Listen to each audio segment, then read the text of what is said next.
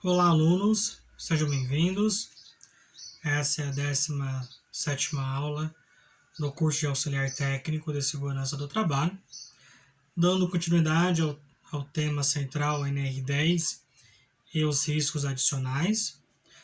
Nesta videoaula vamos tratar sobre a segurança para os profissionais que atuam em área classificada. A área classificada é o local onde a presença de uma atmosfera explosiva é tal que exige precauções para a construção, instalação e utilização de equipamentos elétricos.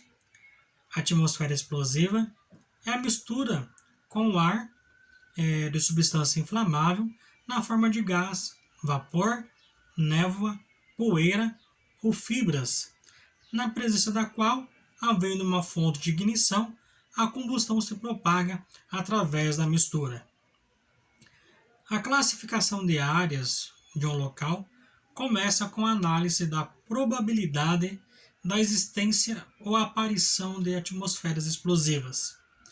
É necessário que existam produtos que possam gerar essas atmosferas explosivas, podendo ser gases inflamáveis, líquidos inflamáveis ou ainda poeiras e fibras combustíveis. Parte dos equipamentos do processo, tais como tampas, tomadas, flanges e etc., são considerados fontes de risco na área classificada. Para que ocorra uma explosão, é necessário a combinação de 3 elementos: fonte de ignição, que podem ser faíscas elétricas, o efeito térmico, ou seja, temperaturas muito elevadas, o comburente, que neste caso é o oxigênio. Como o ar é composto por oxigênio, então esse elemento está presente em toda parte. Substância inflamável ou combustível são gases, vapores, poeiras combustíveis e fibra combustível. Equipamentos elétricos ou outros equipamentos que possam constituir-se numa fonte de ignição não devem ser instalados em áreas classificadas, a menos que seja estritamente essencial a sua instalação nesse local, para a operabilidade. Os equipamentos e dispositivos elétricos devem possuir características inerentes que os capacitem a operar dentro da área classificada com o mínimo risco ao causar inflamação do ambiente onde estão instalados. Para isso são utilizadas diversas técnicas construtivas que são aplicadas de forma a reduzir o risco de explosão ou incêndio provocado pela sua operação. Existem vários métodos de prevenção que permitem a instalação de equipamentos elétricos, geradores de faíscas elétricas em temperaturas de superfícies capazes de detonar a atmosfera potencialmente explosiva de uma área classificada. Esses métodos de proteção baseiam-se em um conjunto de princípios, sendo eles confinamento da explosão, que é um método que evita a detonação da atmosfera explosiva, confinando a explosão em um compartimento capaz de resistir à pressão desenvolvida durante uma possível explosão, não permitindo a propagação para áreas vizinhas. Exemplo, equipamento à prova de explosão. Um outro é a segregação de faísca, que é um método que visa separar fisicamente a atmosfera potencialmente explosiva da área classificada na fonte de ignição. Exemplo, equipamentos pressurizados, imersos ou encapsulados. E o outro é a prevenção, método que controla a fonte de ignição, de forma a não possuir energia elétrica e térmica suficiente para detonar a atmosfera explosiva da área classificada. Exemplo, equipamentos intrinsecamente seguros. Os limites de inflamabilidade para um gás ou vapor inflamável queimar, é necessário que exista, além da fonte de ignição, uma mistura chamada ideal entre o ar atmosférico, que é o oxigênio, e o gás combustível. A quantidade de oxigênio no ar é praticamente constante em torno de 21% em volume. Já a quantidade de gás combustível necessário para a queima varia para cada produto e é caracterizada por dois limites. O primeiro, o limite inferior de explosividade e o limite superior de explosividade. O limite superior de explosividade é a maior concentração de uma substância que, misturado com o ar, forma uma mistura inflamável. E o limite inferior de explosividade é a menor concentração de uma substância que, misturado com o ar, forma uma mistura inflamável. Para que ocorra uma explosão, basta somente a presença de uma fonte de ignição, que pode ser uma faísca ou até alta temperatura. Áreas classificadas são divididas em zonas 0, 1 e 2, para gases, vapores e névoas, de acordo com a ABNT, Associação Brasileira de Normas Técnicas. A zona 0 é um local onde a ocorrência de mistura inflamável explosiva é contínua ou existe por longos períodos. A zona 1, local onde a ocorrência de mistura inflamável explosiva é provável de acontecer em condições normais de operação do equipamento no processo. E a zona 2, local onde a ocorrência da mistura inflamável explosiva é pouco provável de acontecer e, se ocorrer, será por curtos períodos.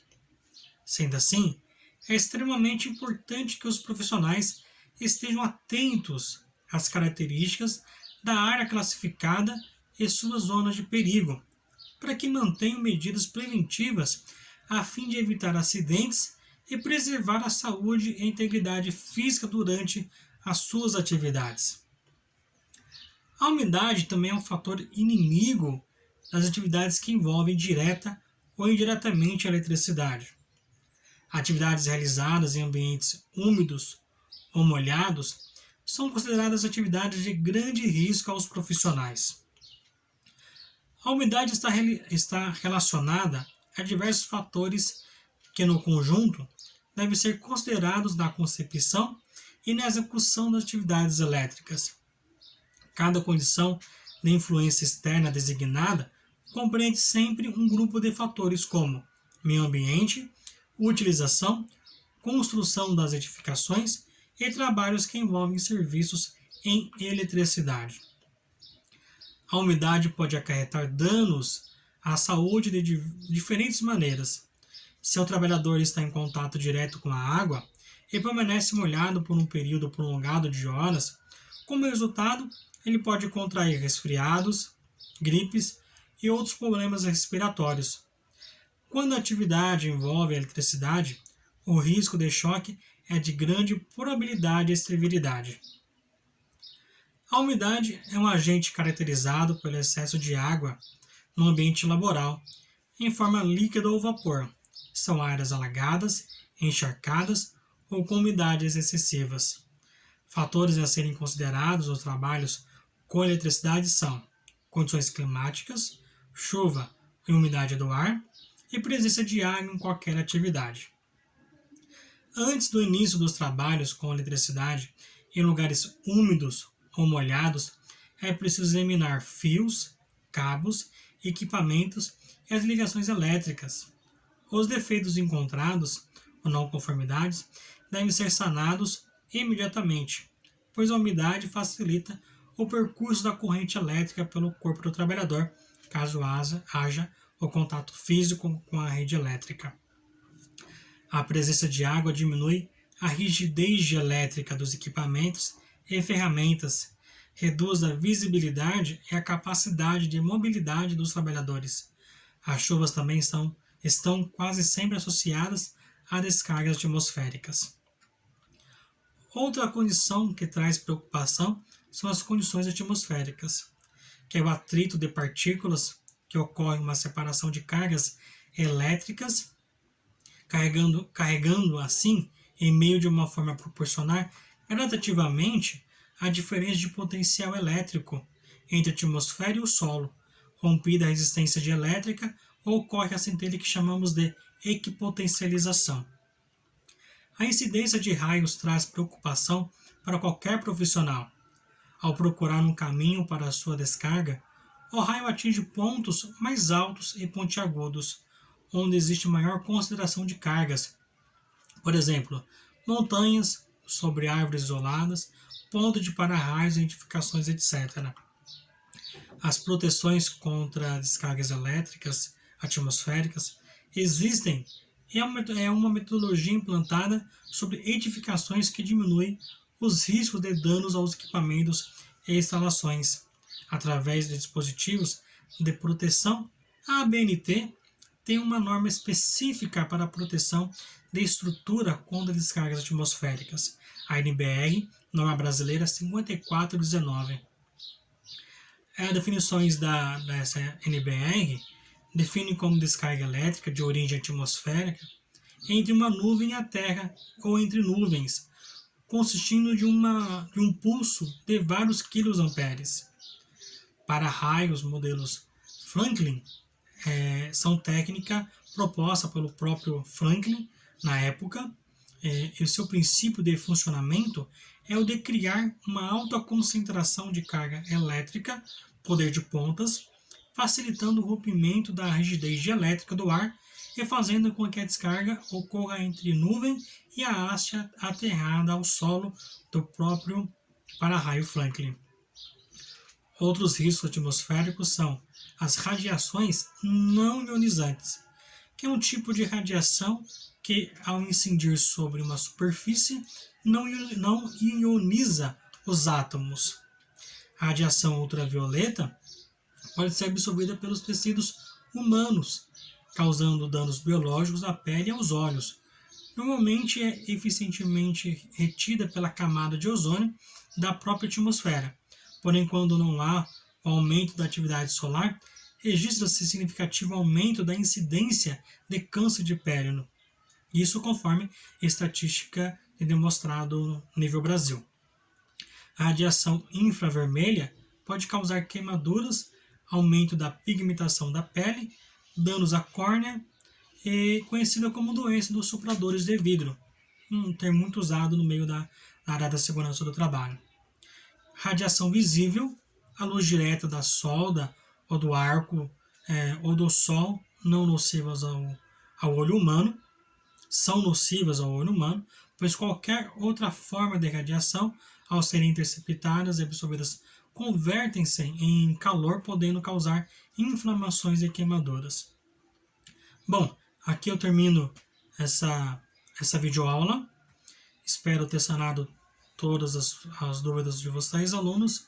Caso precisem, conforme é falado praticamente em todas as videoaulas, nós temos um grupo para orientações, para tirar dúvidas.